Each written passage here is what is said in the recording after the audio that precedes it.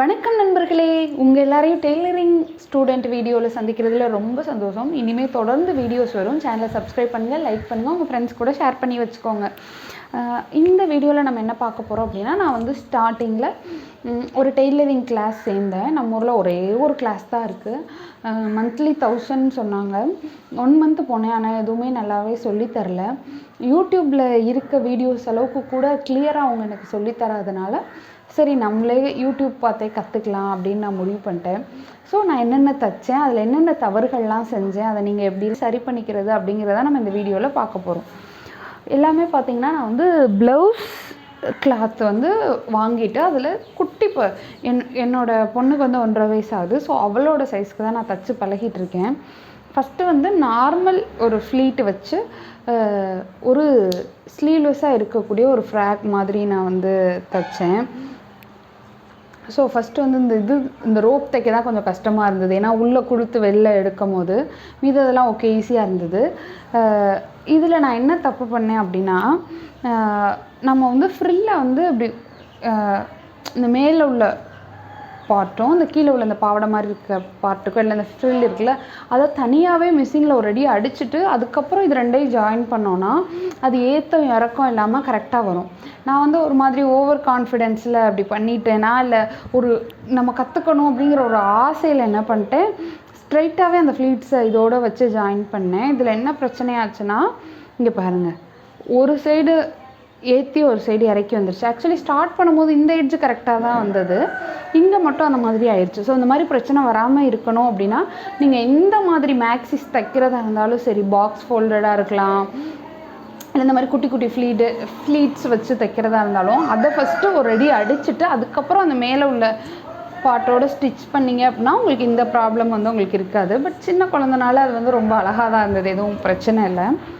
அடுத்தது இதுதான் பிரச்சனை ஆகிடுச்சின்னு நான் என்ன பண்ணேன், என்கிட்ட உள்ள ஒரு மல்மல் சாரியோட ப்ளவுஸ் கிளாத்தில் இந்த ஏலைன் ஃப்ராக் வந்து நான் தைச்சி பார்த்தேன். இதெல்லாம் வந்து ஆக்சுவலி அந்த வீடியோவில் இல்லை, நானாக ட்ரை பண்ணேன்.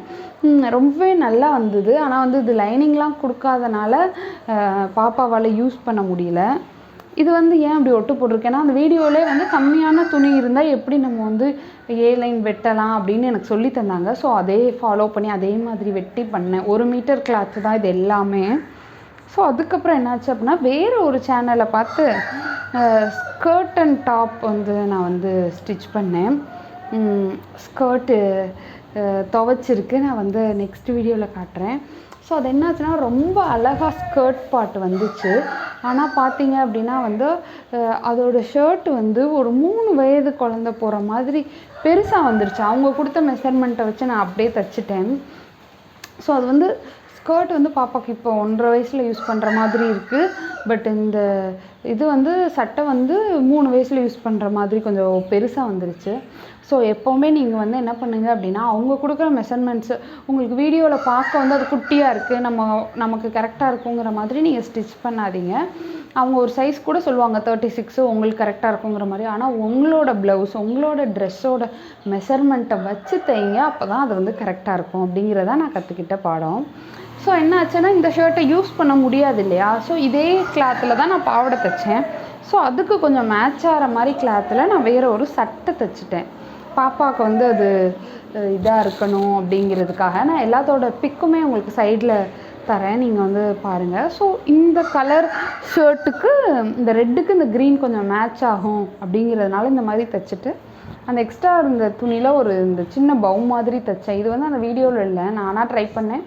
பட் என்னென்னா, அது தைச்சது ரொம்ப டைட்டாக இல்லாமல் கொஞ்சம் லூஸாக இருக்குது. இதில் என்ன பிரச்சனை வந்துச்சுன்னா, ஜிப் வச்சு நம்ம தைக்கும் போது நெக்கு வந்து ஃபஸ்ட்டு தைச்சோம் இல்லையா ஃப்ராக், அதில் கொஞ்சம் நெக் லைன் அவளுக்கு இறங்கி இருந்துச்சு. ஸோ இதில் கொஞ்சம் ஏற்றி வச்சா என்ன ஆயிடுச்சுன்னா, அவளால் போடவே முடியலை. ஸோ முன்னாடி லைட்டாக ஒரு சின்ன ஓப்பன் மாதிரி கொடுத்து அதில் அந்த க்ரீன் கலர் பைப்பிங் மாதிரி பண்ணி இதை சரி பண்ணேன்.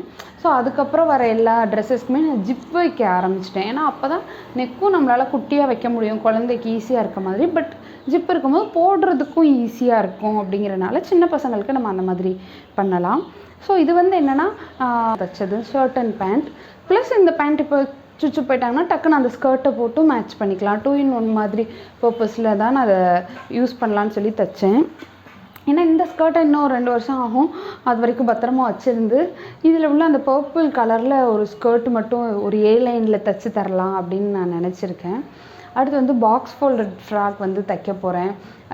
இனி வரும் நாட்களில் தினம் ஏதாவது ஒன்று நான் தைச்சிட்டே இருப்பேன். என்ன தைக்கிறேன், என்ன தவறுகள் பண்ணுறேன், அதை வந்து எப்படி ரெக்டிஃபை பண்ணுறேன் அப்படிங்கிற எல்லா விஷயத்தையும் உங்கள் கூட பகிர்ந்துக்கிறேன். வேறொரு வீடியோவில் உங்கள் எல்லாரையும் சந்திக்கிறேன். அதுவரை தொடர்ந்து நிர்மலாஸ் டைரி சேனலோடு இணைந்திருங்கள். சேனலை சப்ஸ்கிரைப் பண்ணுங்கள், லைக் பண்ணுங்கள், உங்கள் ஃப்ரெண்ட்ஸ் எல்லார் கூடயும் ஷேர் பண்ணுங்கள். நன்றி மக்களே.